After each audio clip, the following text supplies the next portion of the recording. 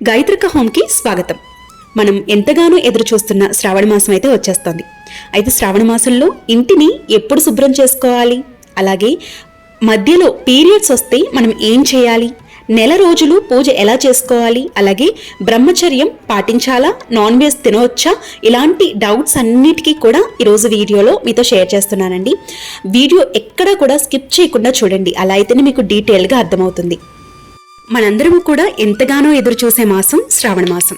శ్రావణ మాసంలో ప్రతిరోజు పర్వదినమే, ప్రతి ఇల్లు కూడా ఎంతో కలకలలాడుతూ ఉంటుంది. శ్రావణ మాసం అంటే ప్రత్యేకంగా శ్రీ మహాలక్ష్మి అమ్మవారికి మనం వ్రతం అనేది ఆచరిస్తూ ఉంటాం శ్రావణ మాసంలో.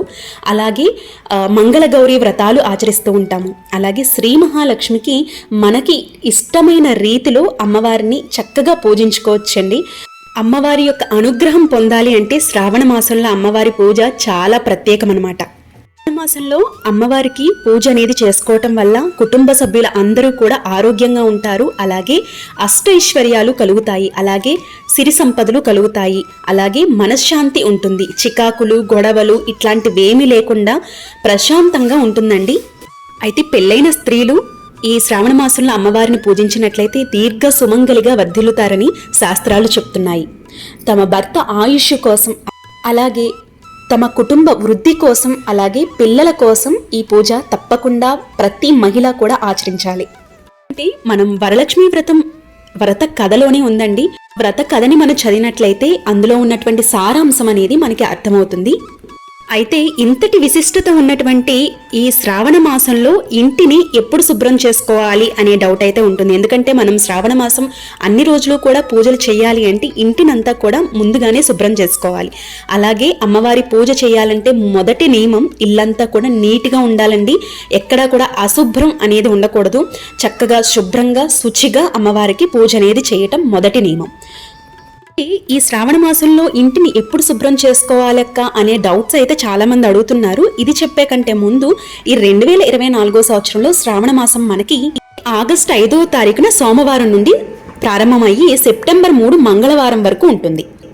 అయితే ఈ నెల రోజులు కూడా తమకున్నటువంటి శక్తి కొలది అమ్మవారిని ఎవరైతే పూజిస్తారో తప్పకుండా అమ్మవారి యొక్క అనుగ్రహం అనేది కలుగుతుందండి. ఈ పూజలు చేయాలి అంటే ఇండ్లు, అలాగే ఇంటి చుట్టూ పరిసరాలు కూడా శుభ్రం చేసుకోవాలి. అలాగే ఇంట్లో ఉన్నటువంటి కుటుంబ సభ్యులు అందరూ కూడా పరిశుభ్రంగా ఉండాలి.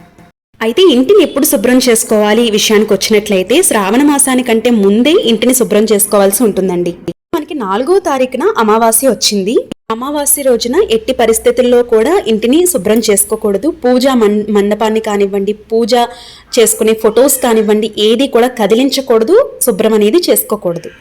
అయితే ఆగస్టు 3 కూడా మనకి అమావాస్య ముందు రోజు వచ్చింది. అంటే శుభకార్యాలకి సంబంధించినటువంటి పూజలు, వ్రతాలకి సంబంధించినటువంటి పనులేమీ కూడా అమావాస్య ముందు అనేది చేయకూడదండి. కాబట్టి 3వ తారీఖును కూడా ఇంటిని శుభ్రం చేసుకోకపోవటం మంచిది.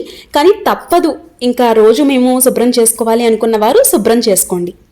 క్లీనింగ్ అనేది, ఇంటిని క్లీన్ చేయడం అనేది 2 రోజులు తప్పకుండా పడుతుంది. కాబట్టి మీరు 31వ తారీఖు అంటే రేపటి నుండి మీరు శుభ్రం చేసుకుంటే మంచిదండి. రేపు జస్ట్ నార్మల్గా శుభ్రం చేసుకుని, అంటే కొంచెం ఒక పార్ట్ వరకు శుభ్రం చేసుకుని తరువాత మీకు నచ్చిన టైంలో మీరు శుభ్రం చేసుకోవచ్చండి. ఎందుకంటే మీరు స్టార్ట్ అనేది చేసేసారు కాబట్టి ఎప్పుడైనా ఇంకా శుభ్రం అనేది చేసేసుకోవచ్చు అనమాట. అంటే 31 నుంచి మనకి 2వ తారీఖు వరకు కూడా ఇంటిని శుభ్రం చేసుకోవచ్చు అనమాట.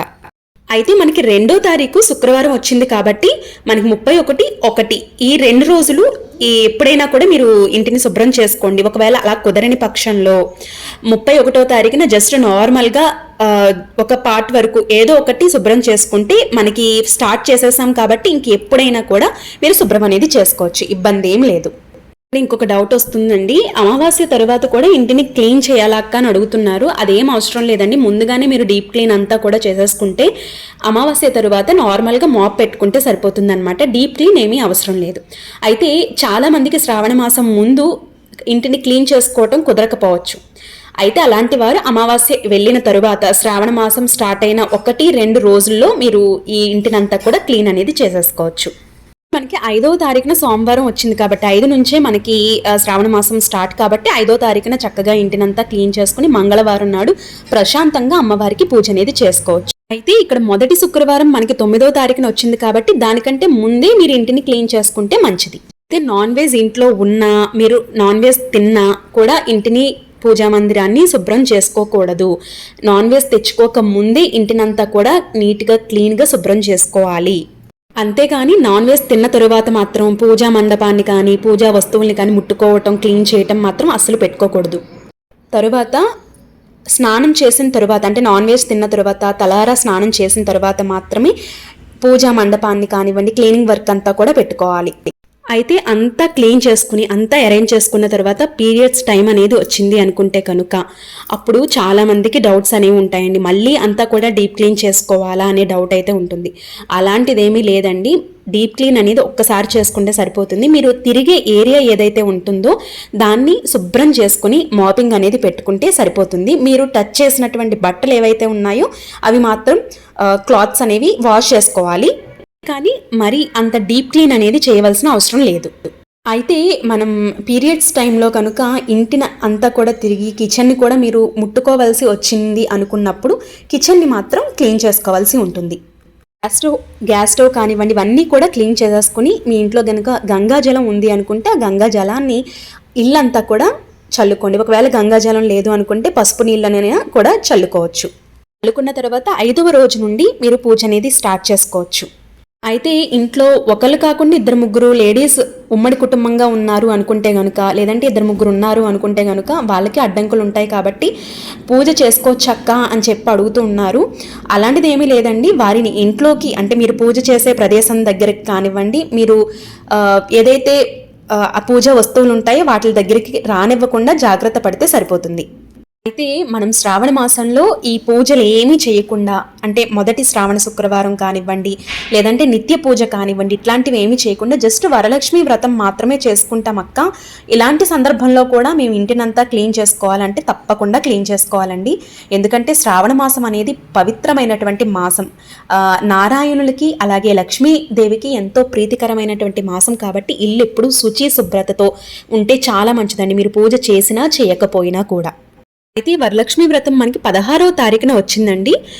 కాబట్టి ఈ లోపే మీరు అంతా కూడా నీట్గా క్లీన్గా చేసేసుకోవాలి. అయితే వరలక్ష్మి వ్రతం 16వ తారీఖున చేయటానికి వీలు పడని వారు ఎప్పుడు చేసుకోవాలక్క అనే డౌట్ అయితే చాలా మందికి వస్తుంది. అంటే మనం వరలక్ష్మి వ్రతం 16వ తారీఖున చేయటం వీలు పడలేని వారికి మొదటి శ్రావణ శుక్రవారం రోజు వరలక్ష్మి వ్రతాన్ని ఆచరించవచ్చు, లేదంటే 3వ శ్రావణ శుక్రవారం రోజునైనా వరలక్ష్మి వ్రతం ఆచరించవచ్చండి. ఇది కూడా మీకు వీలవ్వదు అనుకుంటే 4వ శుక్రవారం అయినా కూడా వరలక్ష్మి వ్రతాన్ని ఆచరించుకోవచ్చు, ఇబ్బంది ఏమీ లేదు. కానీ 16వ తారీఖున వరలక్ష్మి వ్రతం, అంటే మనం ఎప్పుడు కూడా శ్రావణ మాసంలో 2వ వారంలో వరలక్ష్మి వ్రతం అనేది ఆచరిస్తాం కాబట్టి మ్యాక్సిమం 16వ తారీఖున ఆచరించడానికి చూడండి, లేదంటే మొదటి వారం కానీ 3వ వారం కానీ వరలక్ష్మి వ్రతాన్ని చేసుకోవటానికి చూడండి. అయితే వరలక్ష్మి వ్రతం చేసుకోవటానికి పూజా సమయం ఏమిటి, అలాగే మనకి శ్రావణ శుక్రవారాలు ఎన్నొచ్చాయి, శ్రావణ మంగళవారాలు ఎన్నొచ్చాయి అనేది అంతా కూడా వీడియో చేశానండి. ఎవరైనా చూడలేదనుకుంటే ఒక్కసారి చూడండి. అయితే ఇక్కడ ఇంకొక సందేహం వస్తూ ఉంటుందండి. శ్రావణ మాసం నెల రోజులు కూడా పూజ ఎలా చేయాలి అనే డౌట్ అయితే ఉంటుంది.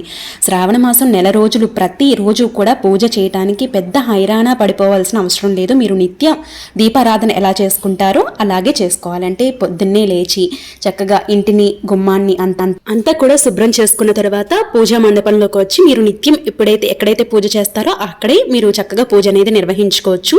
అయితే ఇక్కడ చాలా మందికి డౌట్ ఉంటుంది, బ్రహ్మచర్యం పాటించాలా, నాన్ వెజ్ తినొచ్చా అనే డౌట్ కూడా ఉంటుందండి. మీరు కనుక శ్రావణ మాసం నెల రోజులు కూడా అమ్మవారికి పూజ చేసుకుంటాము అని సంకల్పించుకుంటే కనుక నాన్ వెజ్ తీసుకోకూడదు, బ్రహ్మచర్యం తప్పకుండా పాటించాలి. ఈ నెల రోజులు కూడా మీరు సంకల్పించుకున్నారు కాబట్టి పూజ అనేది చేసుకోవాల్సి ఉంటుంది. లేదక్క మేము నార్మల్గానే పూజ చేసుకుంటాము అని అన్నట్లయితే కనుక మీరు ఇలాంటి నియమాలు ఏమీ పాటించని అవసరం లేదండి, జస్ట్ నార్మల్గానే పూజ అనేది చేసుకోవచ్చు. నాన్ వెజ్ తిన్న తరువాత మాత్రం తప్పకుండా మీరు పూజ చేయాలి అనుకుంటే తలస్నానం చేసిన తర్వాత మాత్రమే పూజ అనేది చేయాలి. తర్వాత భార్యాభర్తలు కలిసిన తర్వాత నెక్స్ట్ డే స్నానం చేసి, అంటే తల స్నానం చేసి పూజ చేయాలక్క అనే డౌట్ కూడా అడుగుతున్నారండి.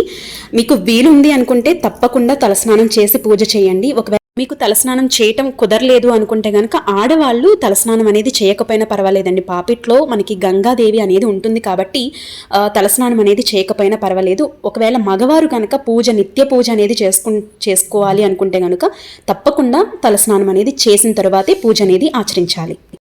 ఈ శ్రావణ మాసంలో ప్రతి నిత్యం కూడా దీపారాధన నార్మల్గానే పూజ అనేది చేసుకోవచ్చు. నేను వీడియోలో చూపించినట్లుగా చాలా సింపుల్గా పూజ అనేది చేసి చూపించానండి. ఈ విధంగా మీరు పూజ అనేది చేసుకోవచ్చు.